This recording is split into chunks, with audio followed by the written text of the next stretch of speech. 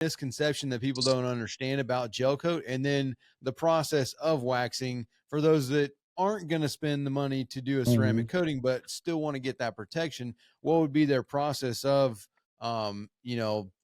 knowing any kind of misconception that they might have about gel coat? What would be the process to do the wax to make it the most profitable for themselves? Okay, so I think the biggest misconception that people can make is treating gel coat like it's car paint or automotive Mm, paint or paint in general. yep. It's an extremely porous substrate. So think of a sponge. For those of you out there that don't really understand where Aaron and I are talking about what porosity is, it sucks in everything. And it's a single pigmented substrate too. So it's that same color all the way through. And just for those out there listening, like gel coat is generally 20 to 22 mils thick. Okay. Mm, Um, and where car paint is essentially like the thickness anywhere from like 4 mils. Okay, and mm, mm-hmm. so like think of a sheet of paper for car clear coat, but like for gel coat, it's you know Poster board. yeah. Well, no, it's well beyond poster board. Like I have some of the Stark certification courses that we hold. I've got a picture that I put up on display where it shows a razor blade that is 13 mils thick, right, compared to a gel coated panel, and I'm not talking about the tip of the razor blade. I'm talking Yeah. about the The full metal backside of it. structure of it. Yeah. So Mm-hmm. where your gel coats twice as thick as that.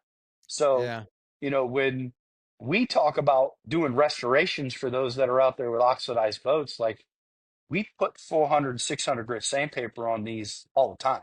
When we tell people Mm-hmm. that and they go, oh my God, because they think of it that it's like car paint. Like you'd never want to do that with car paint. So that's, Mm-hmm. I would say the biggest misconception is um, don't treat it like car paint because it's not. You can be a lot more aggressive with it. Now, proper waxing, good tip, right? Um, one, and we're going to say sealant, you want to strip the surface off first.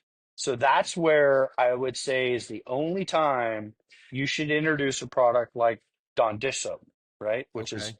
more of a higher alkaline cleaner. Or you can introduce an acidic soap. Like for me, I prefer acidic. Okay. So what I would do is take my pH neutral soap that, say, if I'm using Pure Clean or Ultra Clean, we have a product that's called Venom, which is a water spot, rust, and yellow tannic stain remover. But Mm. on a pH scale, it's acidic. It's more towards a 1. So I'll introduce some Venom into my bucket of Pure Clean to take that soap to make it acidic to be more of a what I call a strip wash. Yeah. And the acidic side will help remove industrial fallout, calcium buildup, salt, things like that. Like, because when people are washing their boat, if you don't have purified water, like low TDS water, and you're not drying your boat, you're leaving behind a lot of All kinds of minerals, minerals. all types of minerals, right? And before you go and apply a sealant on there, you want to rip those minerals off to give it the best adhesion. Think of Mm. wiping a surface down before you painting.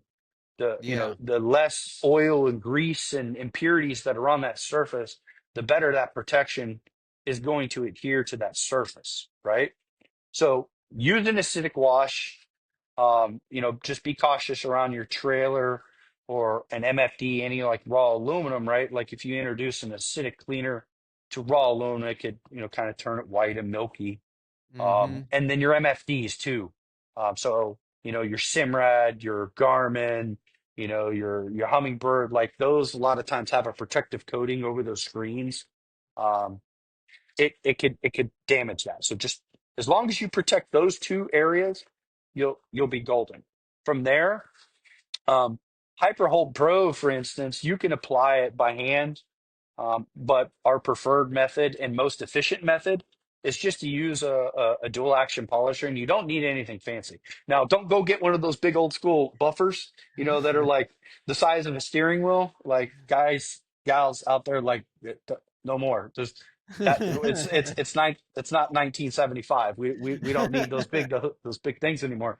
Go to Harbor Freight. Go to a budget store, get a small little DA dual action polisher, little handheld machine, and use that to spread it. Like we'll use, you know, either a really soft foam pad like Lake Country Red, Lake Country Black, or any brands that's super soft, right? So you can Mm, push it, and if the density is super, super soft, that's a good starting point because you don't want to be cutting when you're applying the seam. right. Uh, Yeah. my preferred pad, like we sell a all black buff and shine microfiber pad, and the reason for that is it spreads super thin, so you have less waste, and it's just more efficient. It doesn't absorb into the foam. So, that's what a lot of the pros are using now because, again, they don't want to have waste, right? You want to be efficient. Yeah. Um, 100%. Stuff's but expensive. it can add up for sure. Hmm. And it's less mess.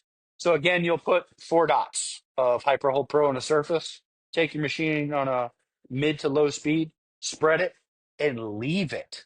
I know that's hard to people to understand because they're so used to carnauba based products like we talked about, Colonite, wires, or anything that's like that. Like if you let a carnauba based sealant sit on the surface for too long and you go to Hmm. wipe it off, you're going to get a shoulder workout. It's going to be a bad, Oh, bad yeah. day. Bad day. Well, We all been there. oh, brother, tell me about it. But Hyperhold Pro, for instance, because it's a polymer based, you actually want to let it sit for at least 20 to 30 minutes. I know people that Wow. come back the next day and are able to dust it off. So you don't need to feel rushed to remove it. If you want to simply apply it to the entire boat, then start wiping it off, that that's the way I would tell you to do it.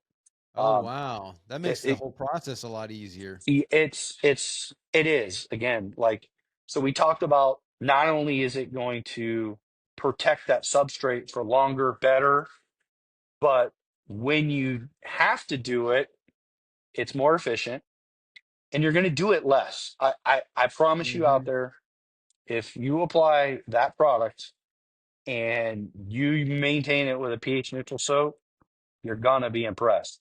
Definitely. Hey there, sorry to take you away from the video, but real quick, did you know that on average a boat owner will spend between $1,000 and $5,000 a year just on servicing their engine? And you could actually pocket and save a lot of that money if you would just do the service yourself. It might seem like a daunting task, but I guarantee you, virtually everyone can do it with our guidance and the Boaters program. This is just one skill that you could learn inside the program because we have hundreds of other videos teaching you all kinds of boating skills, as well as a weekly live stream where we have questions and answers with me, as well as a chat feature where you can send videos and pictures, ask all kinds of questions, or look for some advice or some guidance on a project that you're doing on your boat. You can join the program by hitting the first link in the description, clicking join, or visiting bornagainboating.com. Now back to the video.